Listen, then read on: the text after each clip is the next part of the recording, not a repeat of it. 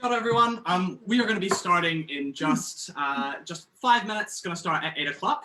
But as was requested many times, we are actually going to introduce you in the first 5 minutes to the two other residents of 44N during the lockdown. So this is Sammy, who's been playing the beautiful guitar you hear before each episode, and this is my girlfriend Tara, who is locked in with us. She made it in at the last hurdle, and has now joined us. Yes. Yeah. So what we're going to do is we're going to do similar to what we did last time, and just do a couple of quick fire questions so you get to know these two beautiful human beings who are locked in here with us. So question number 1: what is your favorite post self-isolation snack? Does it have to be a snack? It can be any food. Burgers all the time. Burgers are like the best thing ever, any occasion. Yes, veggie burgers we all agree are delicious. Yeah. Ideally, seaweed or wasabi peas, but I haven't been able to get any of those. So limited access. Yeah. Okay, question number 2: favorite self-isolation activity? I've been learning languages, and that's been really interesting for me. But I don't know whether people like to still be inside, like they might still like to be active. Yeah. I've been cleaning and drinking a lot of coffee. Yes. So, great way to pass the Tara time. Tara works as a barista and was meant to be going on a coffee tour during these weeks of lockdown. So she ordered like 8 different bags of coffee, which all arrived in this enormous container to our flat, which she and Joe have been drinking voluminously. Okay, one book recommendation. I've been reading Also Life. That was gifted to me on my birthday, and that's been very intense but very good. Wonderful. It's like mine is like not really a book. It's more of like a short story of an occurrence at Owl Creek Bridge. But it's like relatively well known, but I still think it's an amazing story. Coming soon, Debstock Book Club. I don't think we're actually doing one, but I reckon Umber's probably furiously writing now out, being like, "Oh my God, Daniel's promised a book club. We need to deliver." Yeah. The people demand it. Okay, last question, and I have given them background to this question. I have explained what it means to enter to a World's Grand Final and to have music playing. So if you could have a song that sums up your entrance to a World's Grand Final, what would it be? The first thing that popped into my head was "Poirier." And I don't know. That'll be a banger. So in fact, that'll be a banger, yeah. At Australs, we rented this this bus that basically took us around various places during our Australs trip. And when we arrived at the hotel, we were blasting Poirier, and about like 30 New Zealanders jumped out of this bus, and all these Australians and Asian debaters just looking at us oddly. But I thought that was a beautiful moment for New Zealand debating. Yeah. Oh, I don't know how to top that. I was just gonna throw out anything by Hosier. Yeah. Oh yeah, be fine. Hosier is probably a very good hype up music song. Yeah. Okay, so those are all of the questions. It was lovely to meet you all. Well, I know you guys. It's lovely for you to meet everyone else who is watching. And without further ado, I welcome Joe and Grace. Joe, who's just pulled some buns out of the oven. But I'll let him explain that to you when he's arrived. you sitting in the middle or am I? I'll sit on the side today.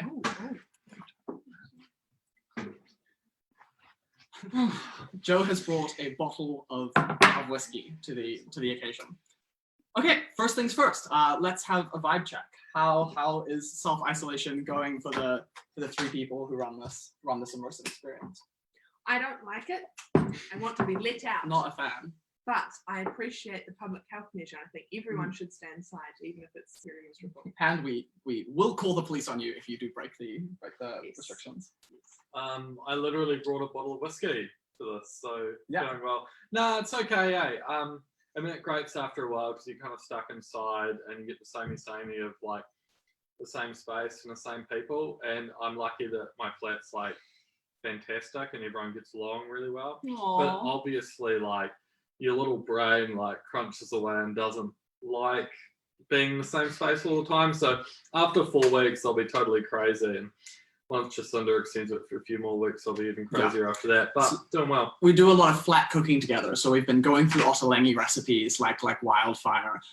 Just more and more and more. I'm cooking a lot. I've just pulled out some blue cheese and honey sourdough parcels out of the oven. So Follow him on right. Twitter. He has the great Twitter icons.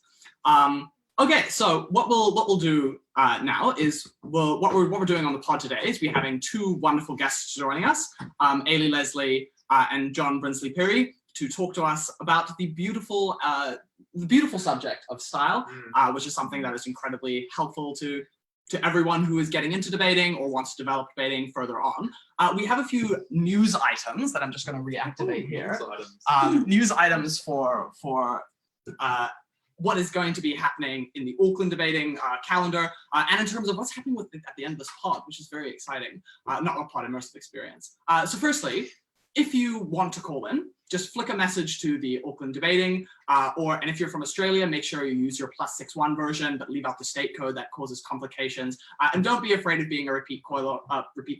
Also, feel free to leave us comments, and then those will be sent to Joe, and we'll answer them during the video. Also, amazingly, we'll be giving out an Audible voucher at the end of this, just like we did last time, at the end of this stream. And I actually got sent a message from the person who won it last week, who wanted me to read out a little bit about how much it meant to him to have won this Audible voucher. So Chris Ryan said, receiving the Audible voucher from DevSoc for a question to the podcast, not a podcast, reminded me of when The Meg, in the acclaimed film The Meg, starring Jason Statham, penetrated the thermal climb, because the Audible voucher is going to buy me something that will penetrate my mind and make me even smarter, or even better, entertain me just like The Meg has.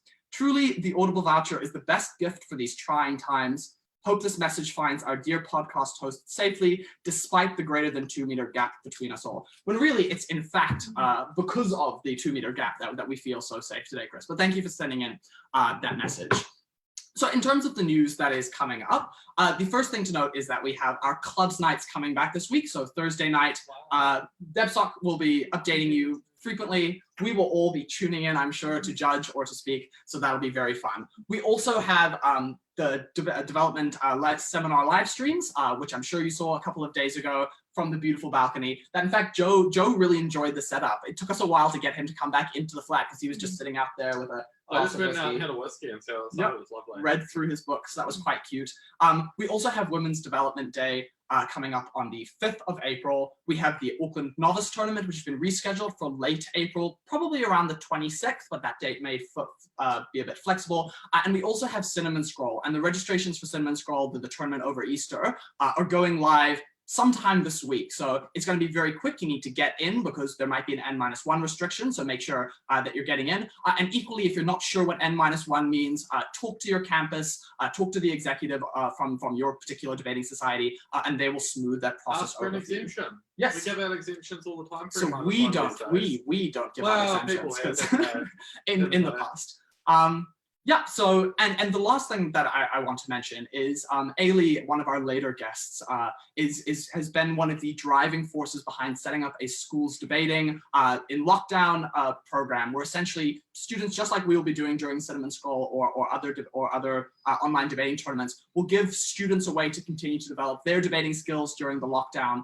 And I think that's a very good thing to get behind because they need lots of judges. They've had hundreds of students sign up. And so if you're part of the debating community, either flick a message to Ailidh or go to the New Zealand University debating page, and there'll be all of the information there.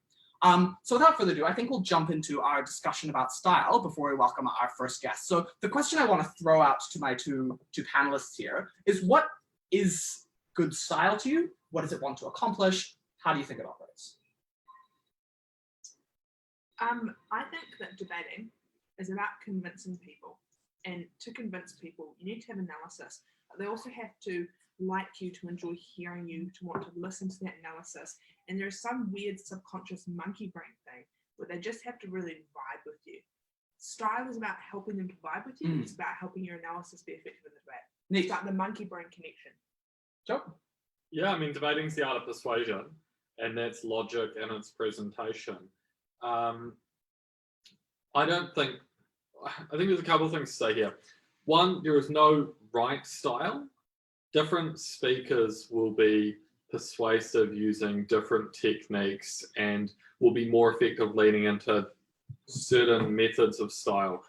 Stylistic methods that might be useful or effective for Grace may not be effective for me to use. So I think it's important to remember that people shouldn't try to copycat other speakers or say, oh, there's this perfect style that everyone needs to copy.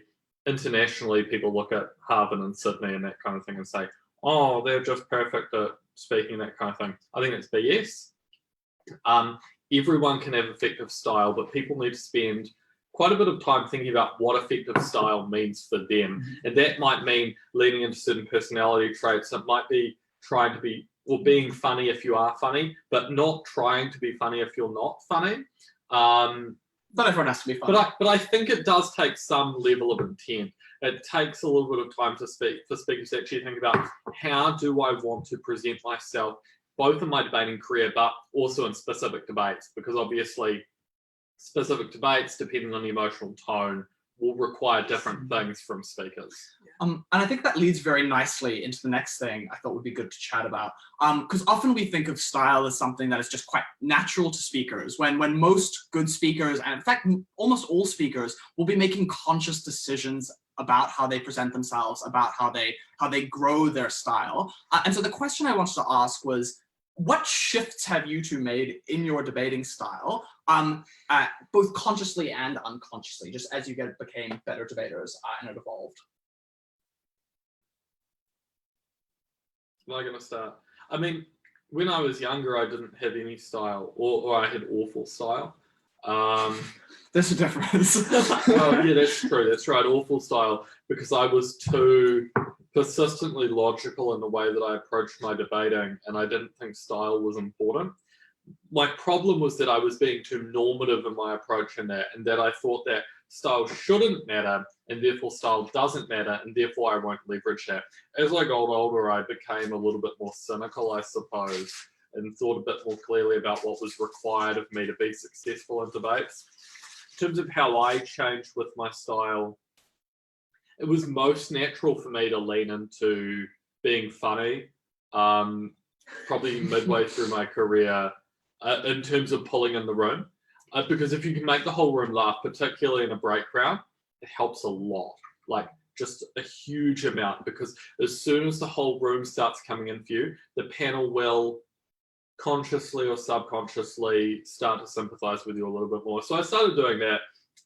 As I got a little bit older again, into my dino years, I suppose, I found that I tried to adjust in verbal behaviors in order to, I suppose, be more emotionally persuasive. Younger debaters have picked up, when I've spoken the last year or so, that I make conscious efforts to put pauses in my speeches more, to try and emphasize certain parts. You can don't go over the top of that kind of thing, but I suppose I've dealt more into trying to be more emotionally persuasive in the twilight of my career. I've always had a huge amount of fun debating in the many years I've been doing it, and I think that as I've got older, I've got more refined about the way I leverage the amount of fun I'm having into being persuasive. So I think if you're enthusiastic about material and present it confidently with sort of pizzazz, I think that comes across quite well. And as I've got older, it's just about refining that, keeping my enthusiasm in check, and then obviously in some debates where I don't have enthusiasm, working out how to replicate it or Yeah. produce something like it. So I think what's really nice about what Grace just said is there's certain aspects of style where you really want to like add something, as opposed to some of the stuff that Joe was talking about, where he took out some of the things that he didn't like that he was doing. Yeah. So it's definitely like a balanced process. And the way that my style has particularly evolved, especially when I was younger, I was very dramatic. Like I definitely overleaned into the drama while I was speaking. And that's something I've toned back quite a lot throughout my career. But sometimes in trying to get rid of that, I lost a little bit of what Grace was talking about, and where I was trying to make my speech very logically comprehensive, very not falling into the type of stereotype that had become associated with the way I debated. And while I think that's helped me, it's also hindered me in some ways. So I think finding that balance is also what I'm trying to do in the future. And I think that's also an interesting question. What are you trying to do in the future? If I'm trying to find the balance between being dramatic and having the fun within debating, with making sure that I'm very logically walking through points and not just being overly spontaneous, are there similar balances that you were trying to Well, make? let's use this. We've got a great listener question in here as well, so let's just blend that in. Yeah. Liam Silverwood's asked, "What's the best way to practice style?" Mm. So let's think about that when we're excellent. answering this question about where to from here with respect to style. For me, it's very much thinking about time and place. Mm. So it's acknowledging that while my style has changed over the years, it's changed because there's been different debates and different moments where stylistic contributions have been more effective and less effective. Yeah. And certainly, I mean, although I'm in the twilight of my career now, really, or well beyond that, as someone would probably say, but it's trying to say, hey, how can I take all the most effective contributions from my style of my career and slot them into different parts of a tournament or different parts of a speech? Mhm. So I think that's where the real sophistication comes in. It's not doing and this means no disrespect to Asher Emanuel, but it's not having the same style all of the time and trying to put a square peg into a round hole and constantly trying to leverage a debate into presenting a particular mood or a particular emotion. It's saying, how can I present different emotions at different times in different Yeah. speeches? So there's no one homogenous practicing style. Well, it's more that thinking process. totally. And I think what people often think is, oh, style isn't homogenous. Different speakers can have different effective styles. Whereas I think what we need to be going for more perhaps as sophisticated speakers is to say, hey, it's not just that style is different for different speakers, it's that style can be different for the same speaker at different moments, Yeah. both within a speech and across a tournament. Yeah. Neat. Anything to add on that? I forgot what the question was. What are you aiming for with your style going forward, and how do you practice it? How do you get there? I like my style. I realise that there are probably things Let's. there are probably things I should improve, and nothing I haven't thought about it. Okay, I have quite a practical answer to that question, in that the way I practice my style is through giving introductions.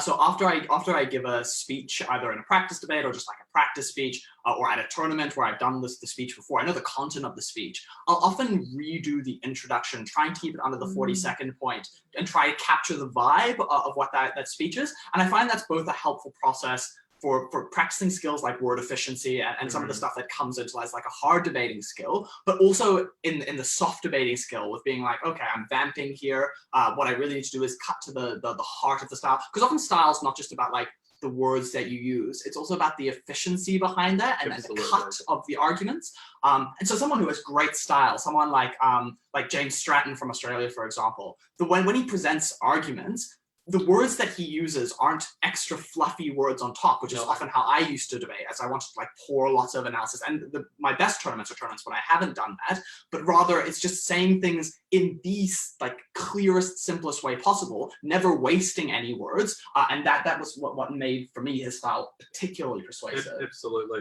We've just got another listener question in here. Chris McCardle, do you find that different styles are more or less appropriate or effective for certain motions? Oh, if the motion's about something dark, like, oh heck, what's something dark? Maybe euthanasia is a dark debate topic. I would use less jovial, excited tone. Yeah. Maybe you can use some humour, but I would probably think you're likely to use less of it. Mm. And then, would you agree with that? Yeah, more or less. And then sometimes debates are really fucking boring. I'm thinking of a particularly traumatic tax motion from Joint scroll 20s. 17. 26. Great No, it's debate. 2016. Great. General anti-avoidance 2016, provision, yeah. if I recall Yeah. correctly. Tax. It was very dry tax thing. Great And it's like debate. very boring. And so maybe you almost amp up your style and you Yeah. think of a way to make that more engaging. But then there are other debates that just are interesting. So your kind of content does the work for you and being interesting. Like if the content of the debate is about some hysterical pop culture thing, you don't need to actually Yeah. inject so much. And just to piggyback off that, I think when you identify the vibe that you want with the motion, you don't just give the speech that fits the vibe, you give the speech that the rest of the speakers have missed about the motion. So often when I'm speaking and the first speaker before me has stood up and just like shouted for 8 minutes, I'll start my speech quite quietly and quite reasonably just to make sure that there's a nice contrast there. And if the other speaker has just been unimaginably boring, you want to start your speech with way more excitement, way more bang, start giving impetus to your team. So there needs to be that dynamic approach, not just toward like subject area, but also what has the speaker in front of you done? Have there been like 8 people just like shouting for the entire Absolutely. speech? Yeah, figuring out that. Absolutely. I think that's particularly important when it comes to BP debating, with Yes. 4 different teams in the room, and you're really trying to be distinct as a team against many other people who are presenting different cases, but often in different ways because they're all individual speakers. And that's, I think, a context where, because BP debating is hard to edge, we'll just say it, and many edges are probably just vibing it on the international circuit. If you are distinctive and you're memorable and you do something different, that may put you above. Can I just want to make a comment here on replies, which is that deliberately subverting the style which has gone before in a reply speak can be particularly effective. And that can mean a variety of different things. Reply speeches are great because you have a job to do, which is that you need to present the debate in a way that means that your team is the most persuasive, without making any additional contributions to the debate. So that's your specific role, obviously. You can fulfill that role in a variety of different and interesting ways. So, for example, if the debate has been hyperlogical and we've had a lot of microstructure right down the debate, throw the notes in the bin and tell a story for 3 or 4 minutes, because particularly in out rounds, you can go a hell of a long way by spending 30 seconds to a minute 30 on the actual cut and thrust and a blow by blow of the debate, and spending most of the time in the reply actually telling the picture of the debate. And while you might not think about that as being styled directly and that it's not your specific mannerisms or whatever, it actually is a stylistic contribution to the debate in and of itself, because you're telling the story of the debate.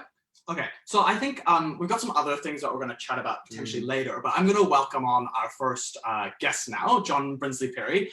John has been debating for a very, very long time. He's a very good debater. He was the only team Simon Williams and I lost to at South Island IV in 2014, when he was already an established, very, very good debater. So while we're waiting for him to join, I think we'll just have a start on that, one of that other questions that I wanted to ask, and that was really, are there underappreciated styles? What do you think the New Zealand circus should push towards a little bit more? I mean, I have a feminist take here that I think women's styles are often underappreciated. Women who tend not to outward, extravagant, or extroverted style, and instead quite sort of Neat. peaceful and calm. I think that's very underappreciated. And we will tease out that thought a lot more, but we are joined by John. So, hello, John. Hey, how's it going? 1 second, I just need to unmute you. God, I wish more people hoped they could do that as well, eh? Yes, no, that would be a highly, in fact, with online debating, just think if there are annoying styles that you don't want to listen to, you're more than welcome to just unmute all of them. Welcome, John. The first thing I think we wanted to get from both the speakers, I wanted to ask, how would you describe your style and how has it changed over time, similarly to what we've been discussing? Because I think that's very useful for people who are listening in now. Yeah, okay. So I would describe my style as, the word I'd use would be passionate. The word that would be more accurate would be loud and angry. And I think that how that's changed over time is, believe it or not, I was probably quite a lot louder and quite a lot angrier back in my youth, and toning that down has been something I've deliberately been attempting to do throughout when I was kind of more competitively debating at university, but also now I basically hit the open circuit and the BP circuit at the end of the year. I have a very strong view that my style of debating is not the preferable style of debating in most debates. Sometimes it's useful. So it's sometimes quite useful to get quite engaged and passionate about topics that might seem a little bit more boring to the average adjudicator, because it means they're more likely to focus on your speech. But I think more or less my general view on style and how my ideal for myself is to be a little bit more toned down and a little bit more deliberate in how I present things. Do you think that adds not just to whether or not you're pleasant to listen to? Do you think that actually changes the way you think? Because one of the things that I've been working on is speaking slower, and I find that very both difficult, but also helpful in making sure I'm actually thinking about what ideas I want to present. Yeah, I 100% agree that that's the ideal. Every time I watch debates as an adjudicator, I wish that everyone would slow down. And every time I'm in a debate as a speaker, I'm very aware that I'm almost certainly not living up to that preference in my head. And I think slowing down to at least a pace, and I think you can think about this at a very real level for an adjudicator, slowing down to a pace where it is possible for me to write down what you're actually saying is a really useful tool to help you convince adjudicators that what you're doing is right. And that's just a very practical one. But as an aside, I also think that slowing down in a way that what you're saying can have a little bit more weight added to it, that you're deliberately using the language that you are trying to deploy into the debate in a way which has impact. And the key thing, I think, and this is where style is an important part of debating particularly, is that debating is a very short time frame. You've only got between 6 and 8 minutes to make a point, and framing the words that you're using in a way to present material in the most impactful way is the thing that differentiates debaters, and that's where style comes in to try and present it in that way. So I 100% agree. Slowing down and being deliberate about what you're saying is really, really important.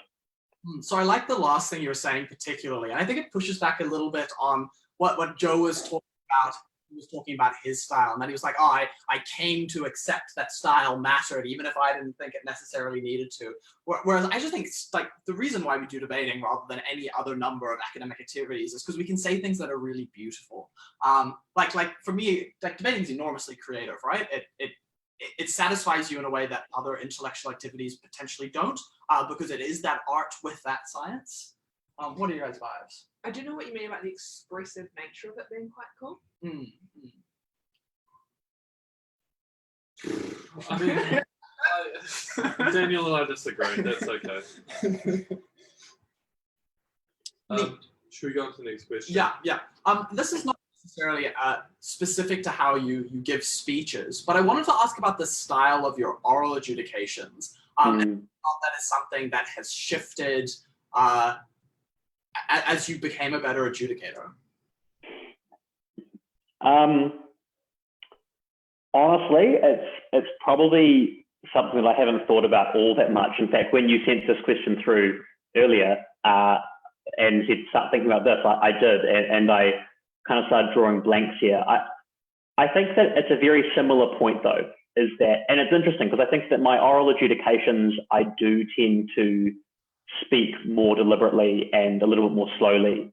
And part of that is because, well, one, I don't have a time limit on me, but two, I'm often much more afraid than I might put on at how a speaker will react to what I'm saying. And so style is important there. And the more I think about it, the more I think it's most of what you're doing in the oral adjudication itself rather than the adjudication per se, because that will always be teased out, I think, more detail in the questions that people might ask you afterwards. But I think that approach is probably your debating ideal, is that you're trying to persuade people to bring them over to your side, but in a way that isn't inherently oppositional or aggressive. And I think that that's a very important thing that people could involve more in their debating, that I certainly could. And the fact that I don't is a flaw around how I debate and how I also adjudicate. But I think that the fact that you're instantaneously not combative is a really helpful thing for an oral adjudication, and something that we should probably think about how that could be integrated into speeches more often as well.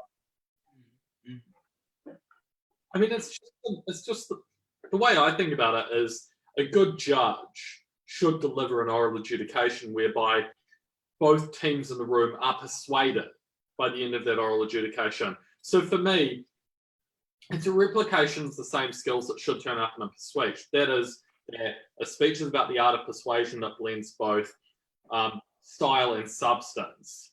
An oral adjudication is fulfilling much of the same role, so it needs to fulfill both of those goals as well. Yeah, I think I'd agree with that. Neat. Great. So getting to the last questions, I wanted to ask, feel free to draw on the vast debating history that you have within you that is definitely with everyone else in New Zealand debating. I wanted to ask first, who do you look to as someone whose style that you really want to emulate? And then separate to that, because we can't always emulate the style of people who we really like speaking, who would you describe as your favorite stylistic speaker? Yeah, so I think that the people who, when I was learning and trying to drill myself in style, that I focus on to start with were the kind of the Vic speakers who were doing, crushing tournaments throughout the entirety of my debating career. When I was going through my first debate, had Paul Smith seeking to win joint scroll. My last ever university debate also had Paul Smith seeking to try to win joint scroll, though at a different university. But I think those speakers, and I think if you think about the Richard Darths, the Stephen Whittingtons, Seb Templeton, Jenna Rayburn, Jodie O'Neill, all those speakers I think had quite a profound impact into how I thought through style and how I thought that was what style should be inside, especially the New Zealand circuit. And I've definitely tried, I think probably more or less poorly, to integrate the things I thought were most effective in those speakers' debating careers and how I saw them speak into what I wanted to do. The people, though, that I think had the style that is the most persuasive that I've seen on the circuit, and this is again showing my age that I still think of this guy as quite young, but people like Kieran Bunn, I think probably had unparalleled style to what I've seen before, a very calm, deliberate approach. Probably he used fewer words per minute than any debater I've seen, and every word he used was extremely deliberate. I think that style of debating is the ideal. Whether or not you thought the matter was always great kind of became secondary because you were always wrapped up in what the style was. And I think that's probably one of the better examples that I've seen of speakers who are proficient entirely in the stylistic part of debating.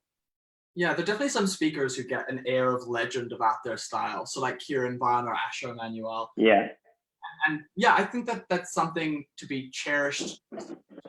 Speakers who are very successful for other reasons, because it is a quite fundamental aspect to debating to be able to weave quite beautiful narratives. Yeah. Okay. Any last questions or anonymous questions that we want to throw out to John? I don't have any anonymous questions. Which kind? I mean, your classical style, John, is rage.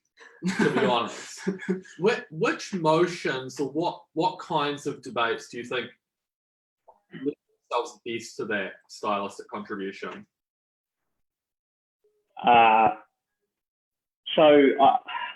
Unfortunately for me, I'm coming to the view that it's probably not the best style in many debates, really. I think you can get pretty worked up justifiably in international relations debates, which are a personal favourite of mine, especially ones around conflict are pretty easy to kind of really get fired up on.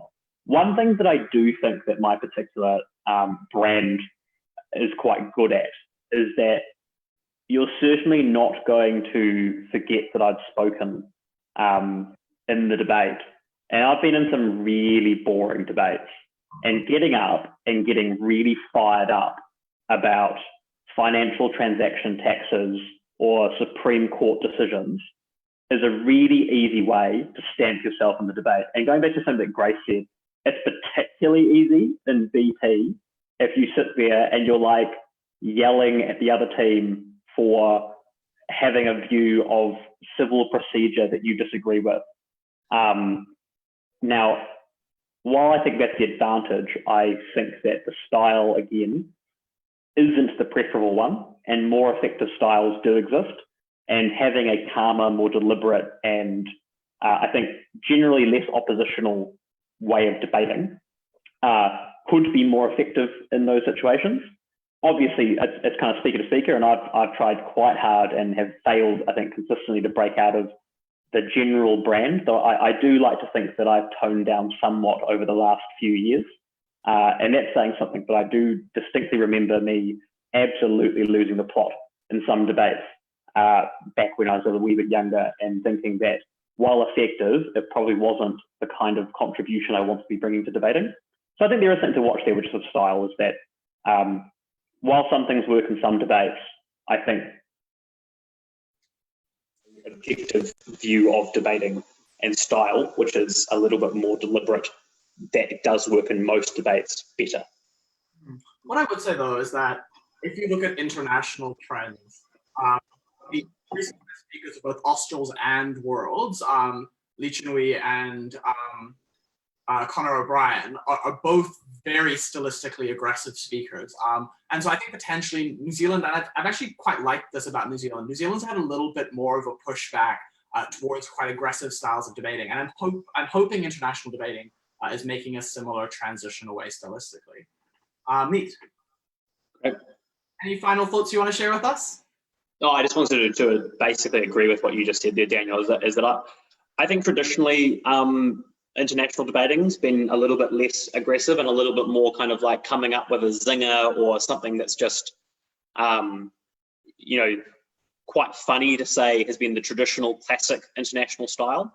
I think you're right that we've moved a little bit towards being a little bit more aggressive, but hopefully we do kind of get back to that more, I think, I suppose, deliberate way of debating. Excellent. Thank you so much for joining us. Cheers, guys. See you digitally soon, Cheers. some other day.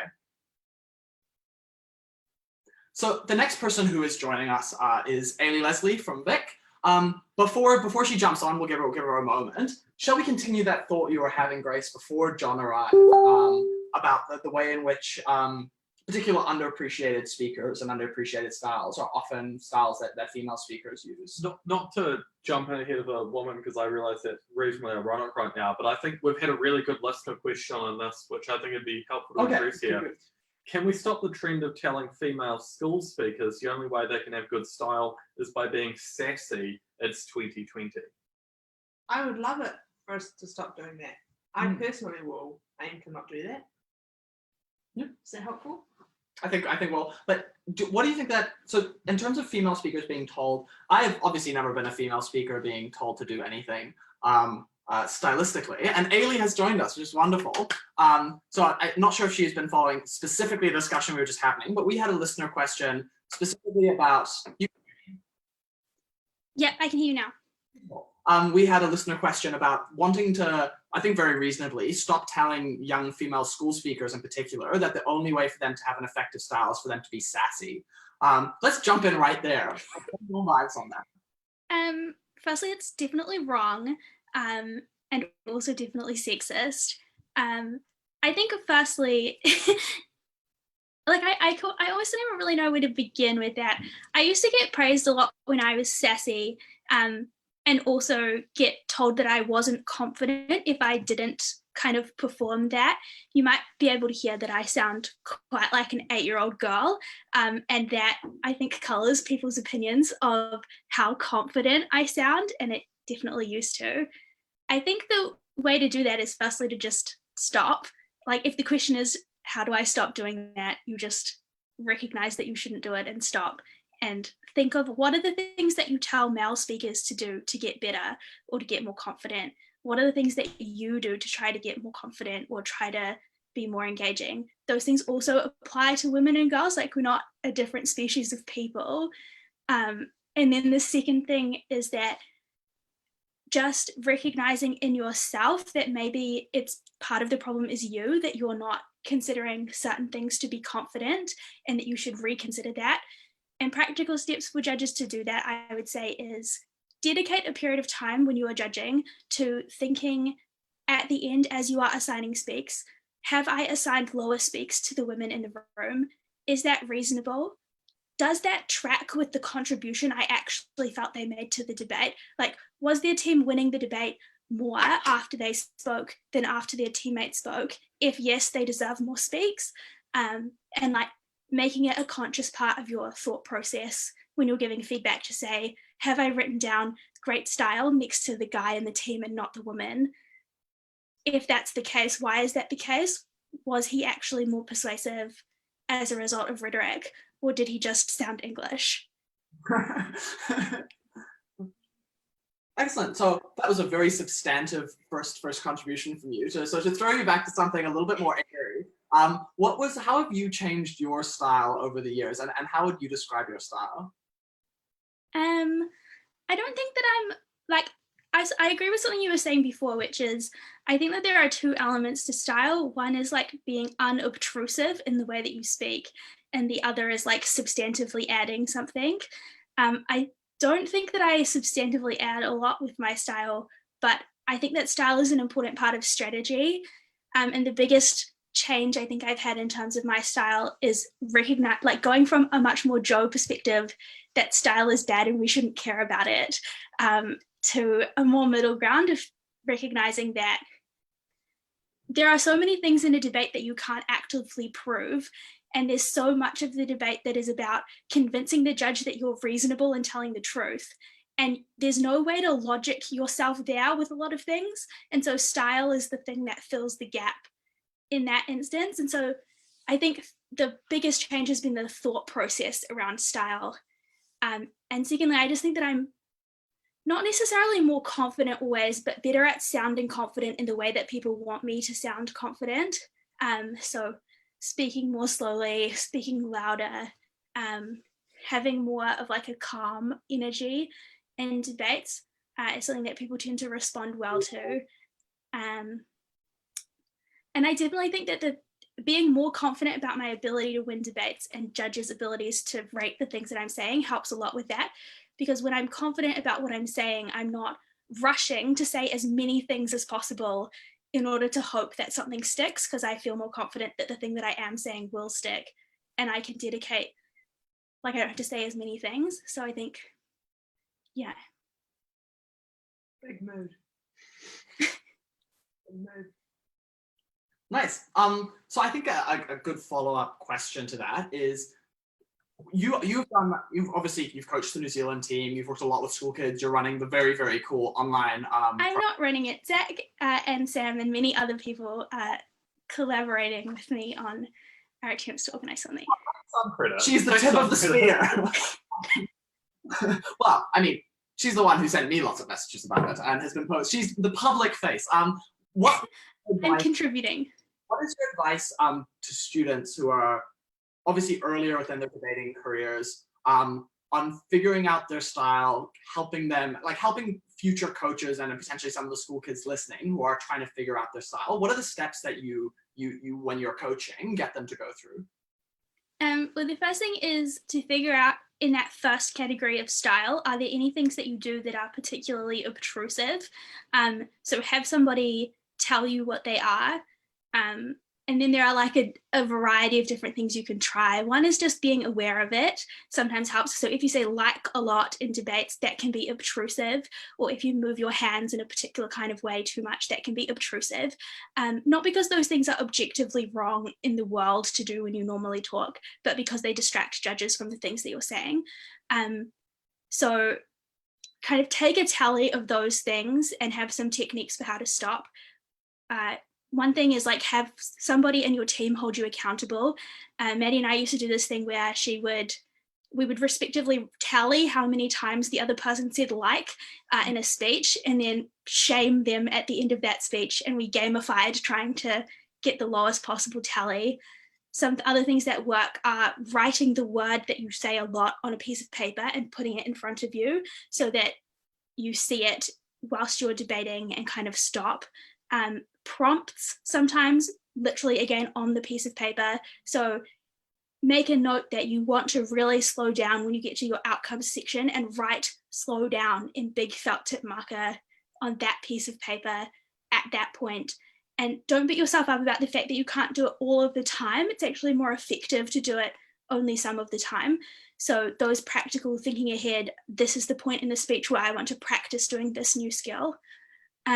In a more general sense, I would dedicate some time in training just to doing that. So for example, do light emotions. You don't have to think very hard about the content, or tell kids, I don't care what you say, I just care how you say it. So it could be literally anything, or prep the content together so there's no pressure on the content and it's just about delivery of that content, and give specific feedback about when that was. And the last thing I would say, which I think people often forget to do, is praise kids when they do it right, and ask them, what was it that you did to prepare yourself to achieve that goal in that particular part of your speech? How can we replicate that process in future? Because it's really hard to tell somebody how they can achieve something. It's much easier to have that person tell you how they already did it, and then work together on how you can replicate being able to do that lots of times over. Completely. Ailidh, just back to something you were talking about earlier, talking about filling that gap of logic whereby you need to basically just convince the judge you're being reasonable.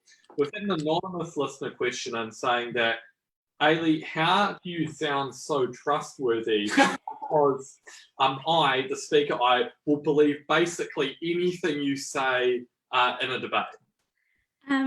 I do get that occasionally. I think that is the thing that I think I have realized is something that is good about my style and I am able to leverage. People will more often believe things that are less true from me when I lean into that kind of style. One thing is just like natural things that I used to think were flaws about the way that I speak that I couldn't surmount, like I'm kind of quiet and softly spoken. I think that those things read like, oh, my trustworthy mother to people in a way that perhaps, no offense to John, but John reads more of a like inspiring politician, which is perhaps slightly less trustworthy, but slightly more authoritative. So part of it is like figuring out what the things that you're already good at are. I think being slow, being nice to people as well, is like genuinely helpful. Like if you are kind in your interpretation of other people's content, then the judge is more likely to believe that you're being reasonable in your presentation of your own content. If you're very aggressive in your characterization of them, the judge is like, oh, that's not true. And you have embedded in your mind as you're listening to somebody that you have to pick apart the pieces of truth from what they're saying. So I think that gives you a shorter leash to kind of be creative in the truth if you are too aggressive in other aspects of the speech.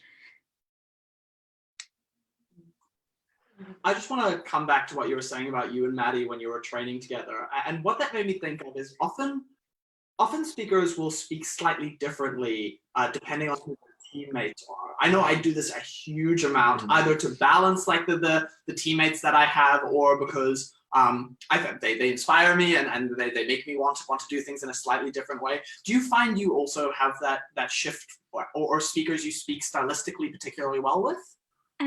Yeah, definitely. I think part of it, of leveraging that effectively, is recognizing whether you're a compliment or a contrast to somebody and leaning into that. Like Tamara and I think are compliments rather than contrasts. So the thing that is good about us is that we have in some ways similar like reads about what debates are about, or the general like vibe, even though we speak slightly differently. And so the path in those debates is that we lean into that and we're like as much us as possible, with the hope that that's what gets you over the line. And then there are other people who I've spoken with, especially earlier on, where we have like very different approaches, or that person is very particular about the way that they speak and I couldn't emulate that particularity. So I want to lean into the oppositional contrast in order to have like not so much control over one sphere of presentation, but like a broader spread of presentations in the debate, which works better and worse for different kinds of speaking. Like I definitely think in BP, I agree with you very much, Grace, that like it's just exclusively about the vibe, and style is like 90% of the vibe. So being complimentary to somebody is often very effective to have like a unified vibe for your team. Whereas in Australs, where the debates are so long, and like by second and third, the judge is already asleep, being contrasting to your team is really beneficial because it keeps the judge interested in what you're saying. Yeah, an older debater, God, years ago, I can't remember, described Australs and Worlds to me, Australs and BP, being Australs is like you're cooking something, so you're slowly roasting it, whereas BP is like you're making popcorn, and there's lots of like points flying everywhere, and so the team that wins is the team that can be the brightest flash in the pan rather than the slow burn of something like Australs. I just have a weird tangent I want to take you on. Obviously, we're doing so much more online debating, and I remember Skyping in to debate with you while I was literally on a different continent. So you have been ahead of the curve. What is your advice for online style? Is there a shift up there? What should people be thinking about with the online season about to happen? I haven't really considered that. I think one thing is a lot of things that are already true you should lean into, like being slow. If there's like a lag in speed is something that you should aggressively consider. You should also think like from a technical perspective about the setup, like can people hear, if you start to speak really loudly, are you creating like weird audio that is making it hard for judges to hear you? If your voice is already slightly distorted by the audio connection, it's really important to be like not necessarily really loud, but clear and concise about the things that you're saying. Mm-hmm. Anything to add? Oh, also, I would say you should try and stand up if you can to debate, even online. It really makes a difference. I've judged or like coached a lot online, and when you're sitting down, it's just not as good. There's something about it. I'm really excited to turn our flat into like a debating. Well, we're already kind of like a debating. It's a debating Thunderdome. It's a debating. You got to get out the old ironing board. Well, because Joe will be judging debates in his DCA capacity, probably down in his and Grace's room, and then God knows how we're going to swing depending if New Zealand's on lockdown, if we have like multiple teammates from different areas, and there might be like 2 different teams. It's gonna be a wild. It's gonna be a lot of fun. It's gonna be a great challenge. You're gonna need to order in a lot of ironing boards. Exactly. Well, I also need an ironing board to iron. I think that's something we should have a flat chat about at some point. We can't order online from Briscoe's at the moment. No. Well, you just can't debate in your house if you don't have an ironing board. It's illegal. So I don't know what to tell you. Last little bit of questioning. So I'm not sure if you cottoned on to the last little bit of chat we had with John. Who is a speaker whose style you love? Just from you love listening to me, find it very persuasive. And who's a speaker whose style you try and emulate if you try? Like whose aspects of their style are things that you've tried to bring into your style or accent? I had a tough time thinking about this question, mostly because I guess I don't really. They're not necessarily particular speakers, but rather like kinds of things that some people do that I really appreciate or enjoy. Some speakers who are very good. Amira Moore, if you can find some Amira videos online, she's amazing. Bunny as well. Bunny's last name has just escaped me, but you should definitely look Bunny up. Obviously, Imogen Haffa is somebody who I would really like to speak more in the way that she does. And also, I think that she has a lot of similar qualities in terms of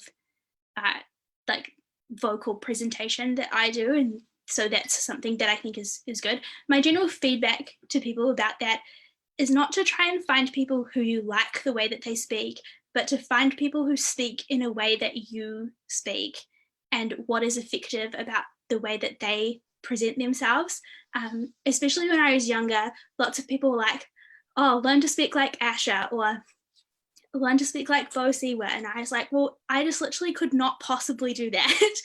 There's no way physically for me to make my voice sound like that. And so even if I was saying those same words, I couldn't present it in that same manner.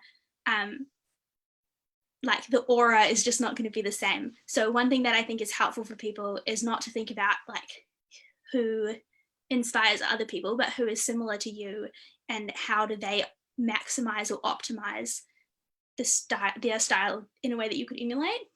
I think it's a brilliant point, and though it pains me, one of the people who I love listening to debate more than almost anyone else is Jess Story. Oh my gosh, so true. I can't believe I forgot Jess Story. Once in my career, I'm just like, Daniel, why can't I sound more like Jess? But I don't think like I think there is potentially a mismatch. Exactly in terms of what you're saying, in terms of what we're capable of doing or what fits into our natural skill sets, and what we just find very persuasive on a personal level. To open it up to you two, do you two also have like speakers who you love to listen to, but know you could never speak like them? Oh, I love your style, Ailidh. Yes. I could not be that cool, calm, and collected, I don't think. But I love Ailidh. Thank you, Grace. I definitely don't feel cool, calm, and collected when I debate. I always feel completely harried. I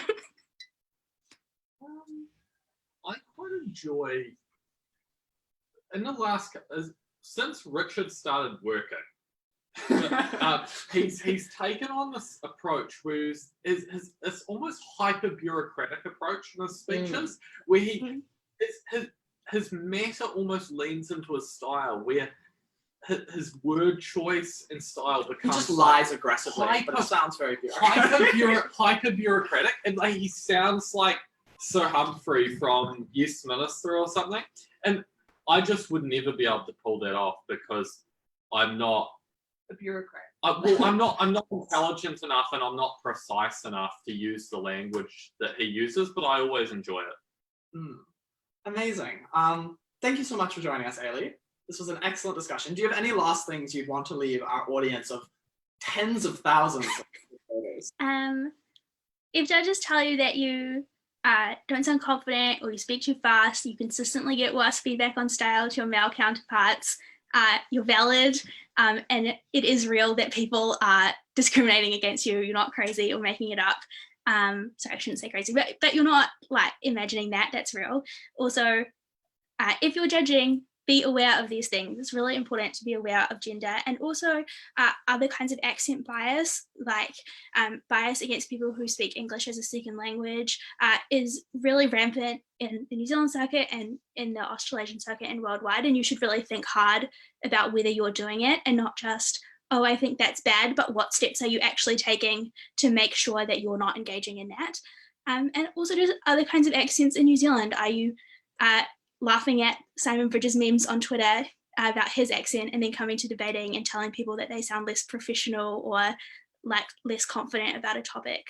Think about those things and incorporate them into the way that you judge, because that's more important than speakers trying to change the way that they sound, because it's often not possible and also not fair. Amazing. Thank you so much. It's lovely to see you. Ka kite anō.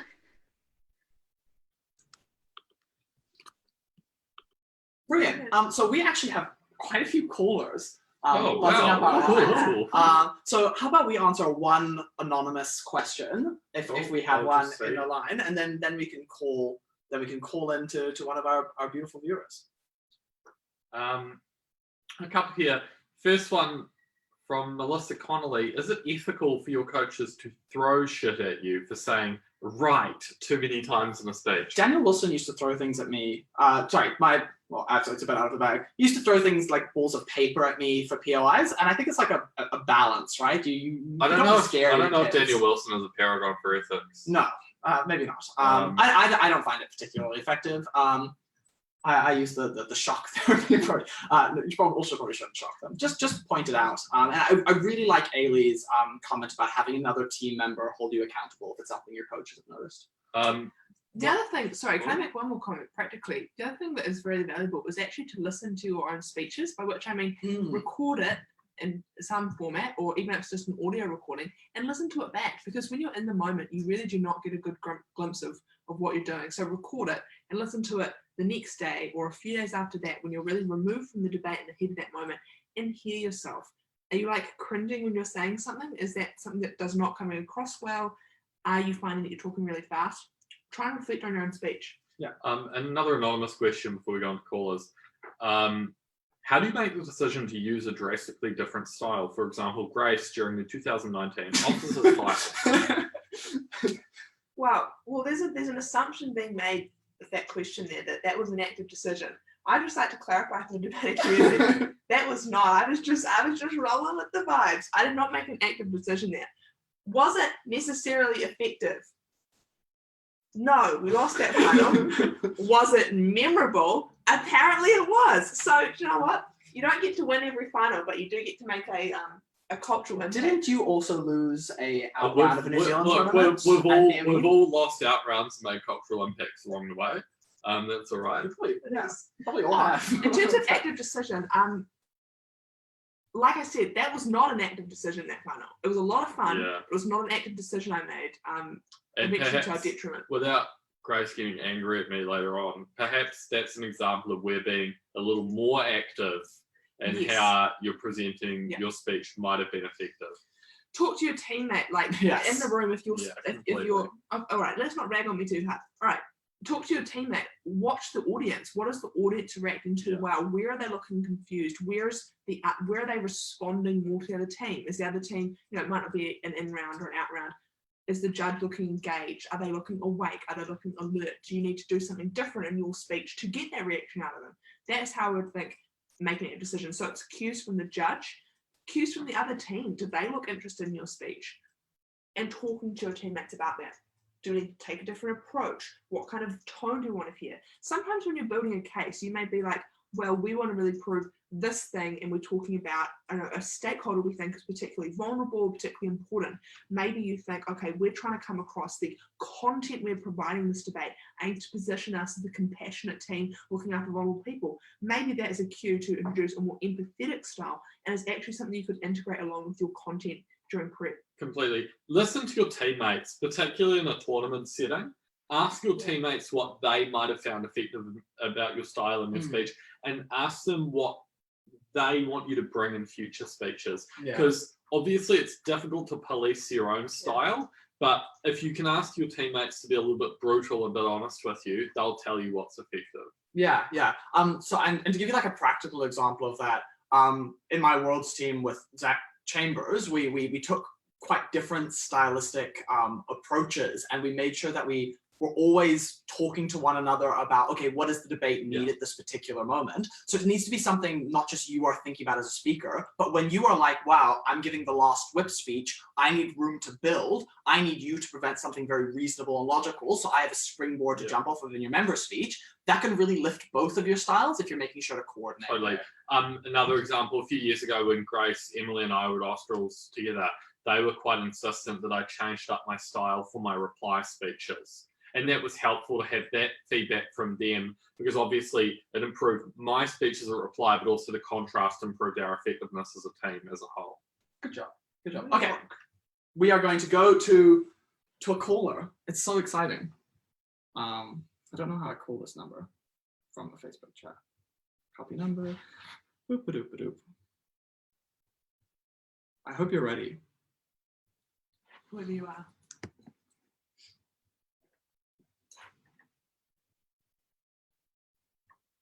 It's just dialing.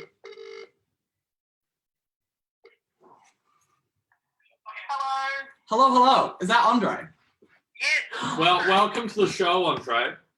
I just wanted to say thanks everyone for all the advice. I think that from my judging debate, the most important thing is that someone cares as if they're in control, and it doesn't really matter what your style is, whether it's aggressive or whether it's not aggressive. It just matters that you sound like you are understanding and like believe in what you're trying to give.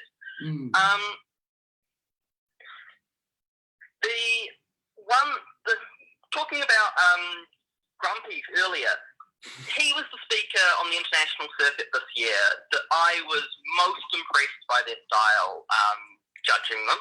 I judged his whip speeches 2 or 3 debates across Sydney Mini and World, and he was really in control. He almost sounded like he was just outside having a smoke and you were listening to him have a smoke. I'll accept that, but I won't accept him being in control. No, he pulled it back very admirably at that tournament. Well, that series of tournaments. I think, yeah, you're very much right that he's probably a good example of someone who made a very conscious choice about his style, changed it up, and it did have a lot of positive outcomes for him.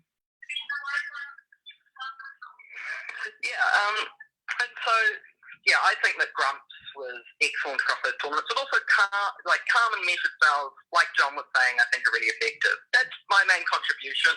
Thanks for running this. It's been excellent. Everyone in all the group chats I've been in has been really enjoying it. Outstanding. Love the group chats. Anything to add? No. Love you, Andre. We love you, Andre. Thank you very much. Bit of a comment, not a question there from Andre. Eh? Yeah. So But okay. we loved it. No, but I think it makes a very good point. There are people who, when you speak about someone who's held back by their style, often it's because it's exactly that. The style becomes too dominant in their speech, and it starts sucking out their ability to be seen as reasonable. They start being seen as a caricature of themselves. So I think you need to be aware of that. And that's what I was talking about a little bit earlier, way earlier in the show, when I was like, I thought my debating style was becoming a little bit too on the nose. And so you just need to dial it back and figure out ways to do it. And I think Zach did that phenomenally. Completely. Neat. Absolutely. Do we have any more anonymous questions, or should we go to caller 2? Let's just check if there are any other questions. Oh, here there is. Oh, fuck. Yikes. Well, just one anonymous question. What are your thoughts on crying and hoping the judge feels sorry for you? I have let a single tear roll down my cheek in some debates, and I find that marvelously effective. On purpose or on purpose. Remember, you have to stay in control. I think when you cry, you sometimes lose control. Often lose control. Sorry, did I take that question? I'm not a big crier. Let's go with the next call. I've only seen Joe weep when his sourdough rises particularly well at the day, and he'll sit there and he'll be like, "Today my bread will be salted with my tears." It's beautiful. It's beautiful to see. Any other questions? Okay, no, we'll jump to our next caller. Let me just. Sorry, none of us are too technologically brilliant, so I just think we're doing a phenomenal job with the tech of this program. What? We are all digital natives.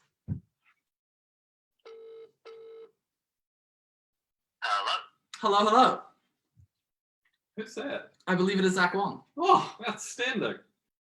Yeah, hi everyone. I'm calling in with my schools question for the evening, Schools. Which is 40-40-20 style content strategy. Oh. Does anyone want to make a defense of that? And then secondly, how do you think you should score and consider style with further schools content? Oh God. Look, I'm gonna have my one blow off the top reckon for the evening. The 40-40-20 method of judging schools debates is just outrageous because it pigeonholes debating into fixed categories when in fact we should be judging debating at a school level just like we judge debating at a university level, which is, are you making sufficient contributions from each speaker in order to win the debate? And we qualitatively recognise your stylistic and logical contributions towards the debate when we're assessing that. The 40-40-20 is arbitrary, it's dumb, it allows older judges who perhaps aren't as regular on the circuit but are regular judges on the national school circuit to feel confident in assessing the debate. But my take is it's a fugazi, we should abandon it. It's well past its time, it needs to go. Can I make an additional comment?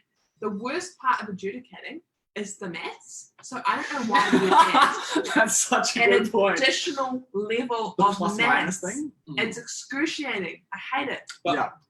Sorry, DJ. But I just want to say, on a schools, that's not to say that style doesn't matter on a schools level. It matters even more than on a university level because of the interactive relationship we have with world schools, where style is weighted perhaps disproportionately compared to the Antipodean circuit. So we do need to make sure on a regional level that we're encouraging and training speakers to be stylistically effective. Yeah. I hope Ailidh's still watching because I just want to give a shout out to her regional team, who I think was robbed by the 40-40-20 when I was rolled by an older judge who I think is a phenomenal judge and a phenomenal person, but I think very much followed the 40-40-20 to the letter of the law. And the other judge who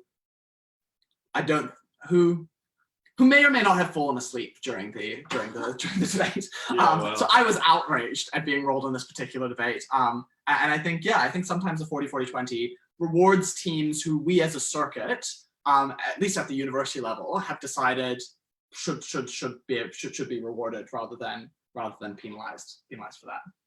Neat. Anything else you want to add, Zach? No, thanks for that. No. Wonderful. Do you have a defense of 40-40-20? What was that, sorry? Do you have any defense of that marking system? No, that's why we don't use it at awkward talk. Yes. Well done. Oh, we should probably, do we briefly explain what it was for anyone tuning in? Sorry. Yeah, Grace, would you like to explain that? I'll say goodbye to you, Zach. Thank you very much. How can I explain? When you go to schools nationals, you don't just be like, oh, this person was like in my vibe is 73. You have to be like, they got a 36 out of 40 on style, and you mark these 3 categories: style out of 40, content out of 40, and strategy out of 20 for an overall out of 100 score for the child. It's wild. Just wild. As I said, too much mathematics. Way too much. Cool. Any more anonymous questions, Joe?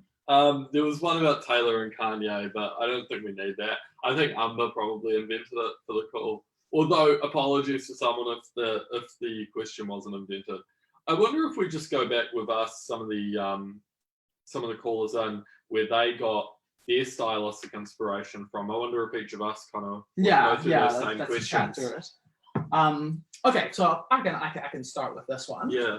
So I think there was probably my first 2 coaches that had a meaningful impact on me were Tom O'Brien and Tim Bain.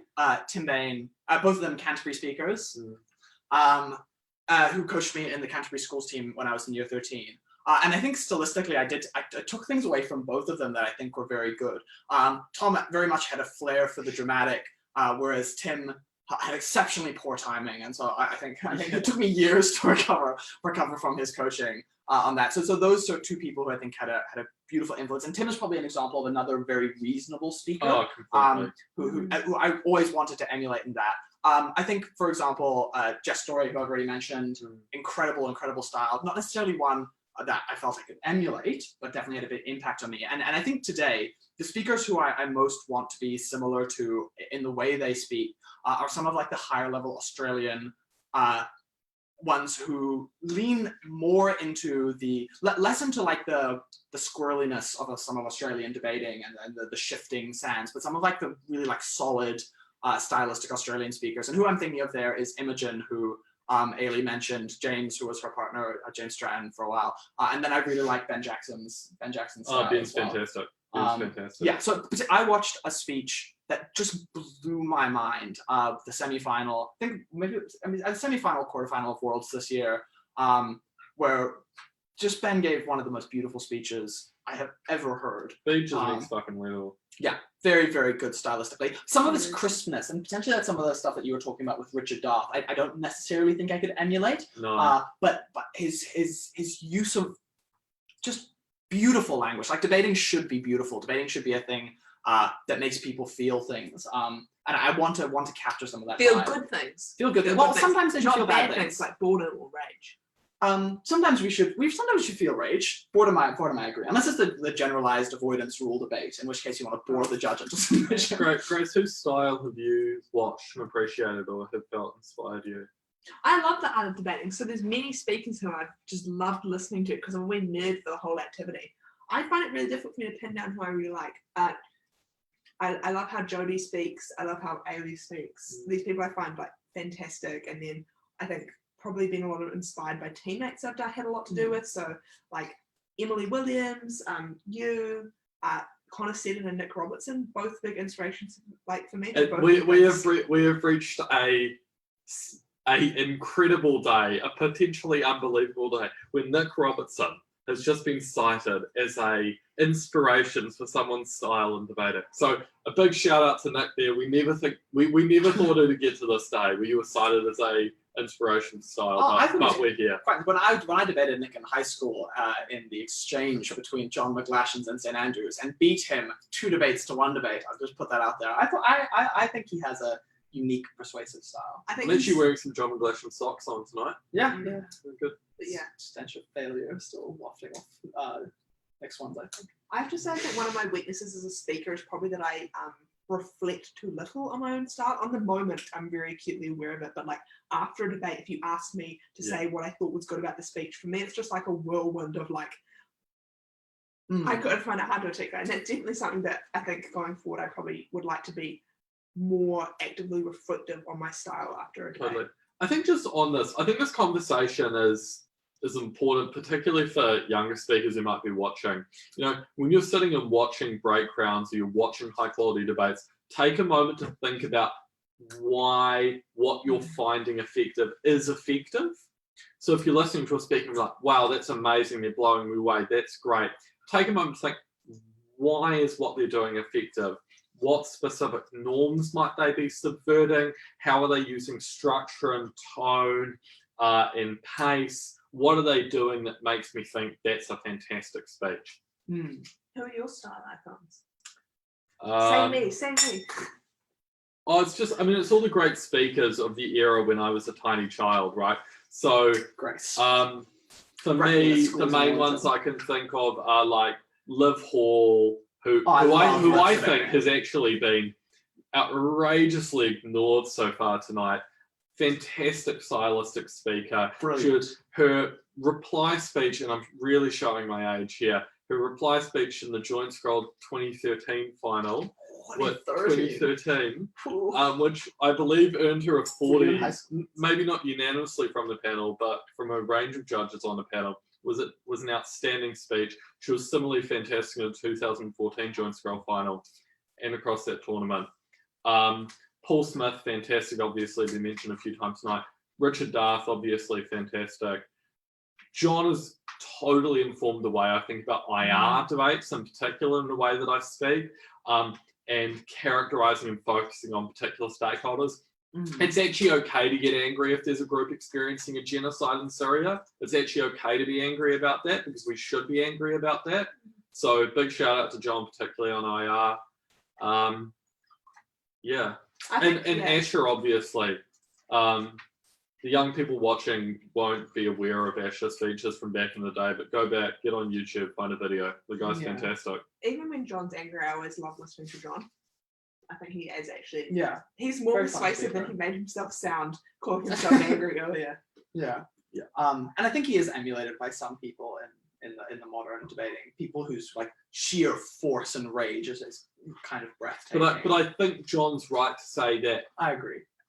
He's aware of his own imperfections here, and we have to be careful, small as they might be. You know, John is an excellent speaker, but it's about being aware of when does that rage fit? When is it appropriate to use that anger? Yeah. Sorry, after you. Oh no, you go, because I have a tangential thing to say. Okay, I also have a tangential thing. Oh, so I'll do my You do tangential mine. thing first because I'll make mine very quick. Okay. One thing that I'd add is just probably gathered from this conversation is that we've been influenced by lots and lots of different people. And I think one of the things that I think sometimes happens in societies or in circuits is they become a little bit atrophied around a particular speaking style, or one iconic speaker of that style who everyone tries to emulate and it just doesn't work. So I would heavily encourage you, if you're thinking about developing your style, to branch out, not just across time, as Joe was saying, with looking at stuff like Asher, but also across different nations. Because if you go to like the African circuit, speakers like Brindy Kreft and Elijah Kunene, just phenomenal, reasonable speaking styles that I think would be very effective in a place like New Zealand as well. If you go up to somewhere like England or like Singapore, England, people like Tekwei Tan, just wonderful to listen to. And so make sure you take that broad perspective and try and listen to speakers from who are outside of your particular circuit.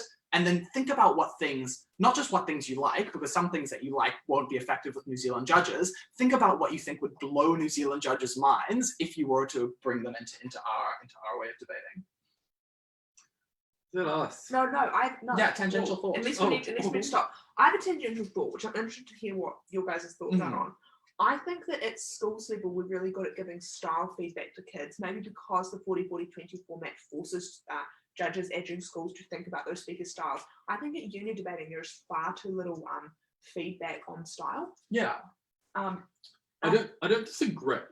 I think we should think a little bit more about where, as adjudicators, we can be productive in feedback, helping to improve people's style. But I actually think people need to take a little bit more self-ownership for their style as well. Because to the extent that different speakers are stylistically effective in different ways, at least once you get to a university level, it can be difficult to coach people into being more effective on a stylistic front, because it's easy for me to say, oh, Daniel, you should do this, but I'm inherently going to apply my own experiences, preferences, and views on how style is effective. So I think, yes, judges should give a little bit more feedback on style, but also speakers who are up and coming and thinking about how they can be effective on the circuit need to take a little bit of time to take some ownership themselves for thinking about how they can be effective stylistic speakers, because you're only ever going to get a reflection of people's own personal preferences when you ask them about how you can be stylistically effective. And what I'd add is it's not just a conversation that needs to happen between judges and people in the moment. I think and potentially that's why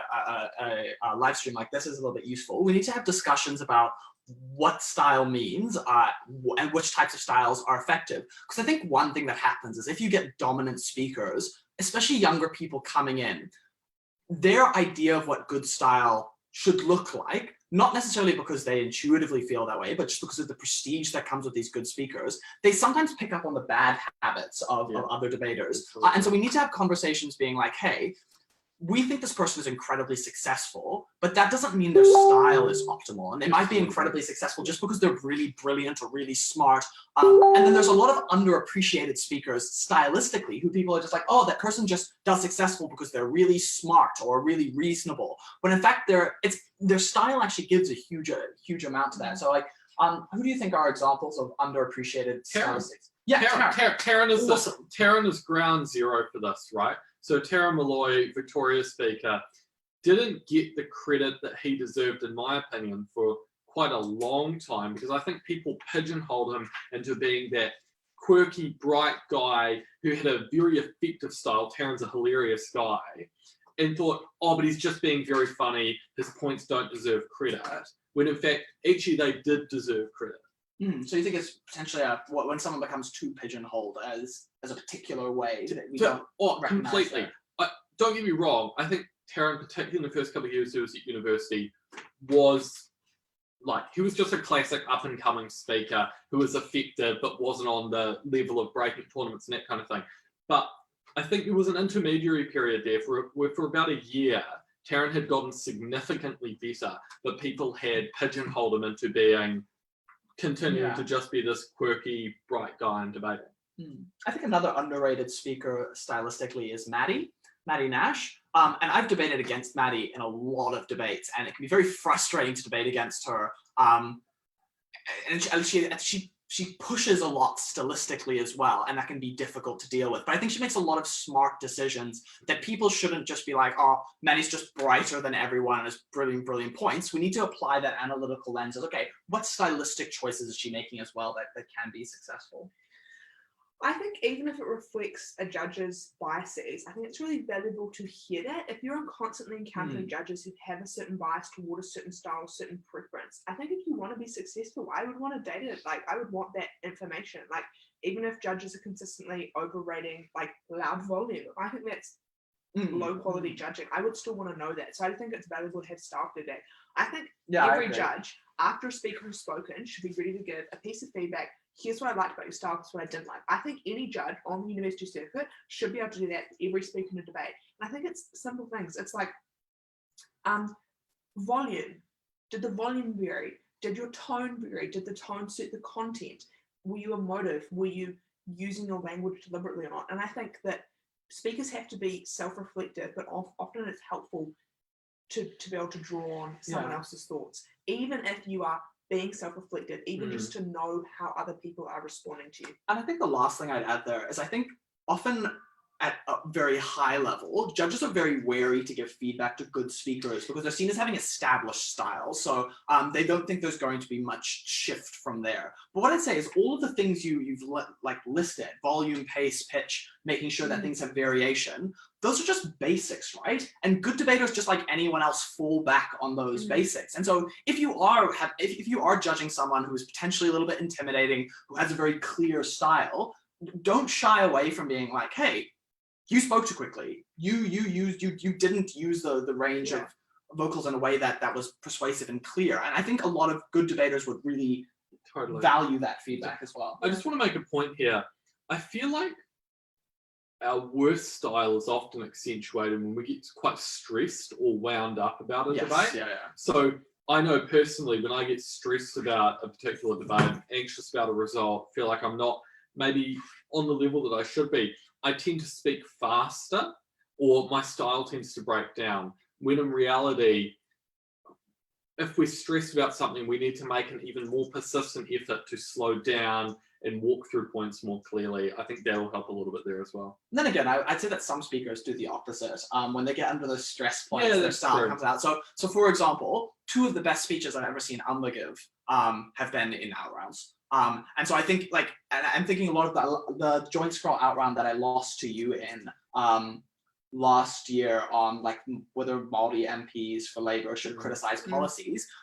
Amber gave a reply that got like 40, 39, 39 or something. So like really effective, really stylistically clear. And so sometimes you need to build yourself up a little bit, put yourself in the mindset of being like, this is not just another in round. This is not just round 3. Completely. You need to deliver and you need to put yourself in that mindset. Like I remember James and James used to sit aside before every round, put their music yeah. on, they'd Oh, get in the completely. zone, they'd Yeah, visualize completely. winning. And potentially that needs to come in a little bit more. People get a little bit too casual. Absolutely. Need to You've got activate to that rise to the mindset. moment, particularly in a break round. Like, I've talked about this a little bit in private conversations with people. Break rounds are different to in rounds, and the audience makes a huge difference. And if you can win the audience over, you're like 80% of the way there.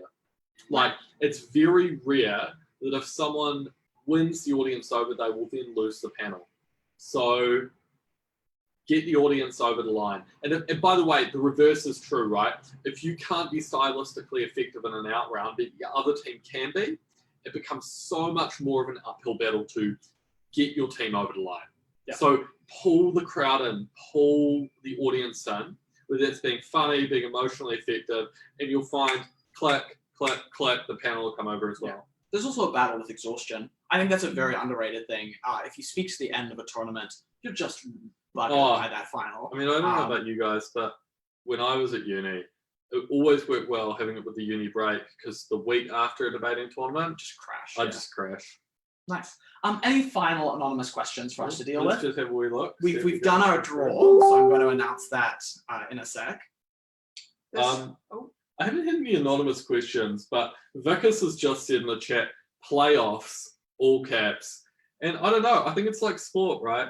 Like some teams are regular season teams and they can perform, they can win 65 games. It's like Tom Thibodeau at Chicago Bulls, like they can perform.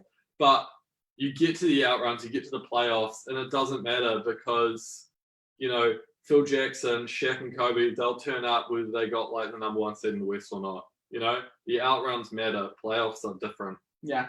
Be LeBron James. Except where he fucking chokes in 2011. This top is from H&M. Dush. Yeah, it's a great top. I don't know where this top is from. Joe, yours is from OUDS. Oh yes, I'm wearing a combination of my favorite debating clubs tonight. I've got my John McGlashan socks on, and I've got my OUDS jumper on. Care of my friends down south. And he's on a live stream for the University of Auckland, so that really shows. People have layers like I Nice. Okay, this was wonderful and productive. I'm going to read out the winner of the I was ready to Audible say voucher. goodbye, but we've got a voucher to give away. How could I forget? The winner is Melissa Connolly. Oh, Another young up-and-comer who's coming to online Joint Scroll and hopefully coming to online Cinnamon Scroll as well. Ostroms? Amazing. But Ostroms? Yes, we haven't had Austral's trials yet, but I'm sure you'll be involved in that Oh, decision, of so you have the power. Nice, wonderful. Reminder, lots of events like Auckland, DevSoc. Follow along, register for Cinnamon Scroll coming up soon. Clubs Night, Thursday. Us, potentially next Tuesday. Probably We'll keep you in Tuesday. the loop. So Stay at home. Stay 2 meters away from others on your daily government-approved walk. don't feel afraid to call the police if you see people breaking it. We have called 105 once as a flat for the people playing tennis next door with neighbors. Like, who the fuck plays tennis? breaking the curfew. We call them cops. Wonderful. Lovely. Bye, everyone.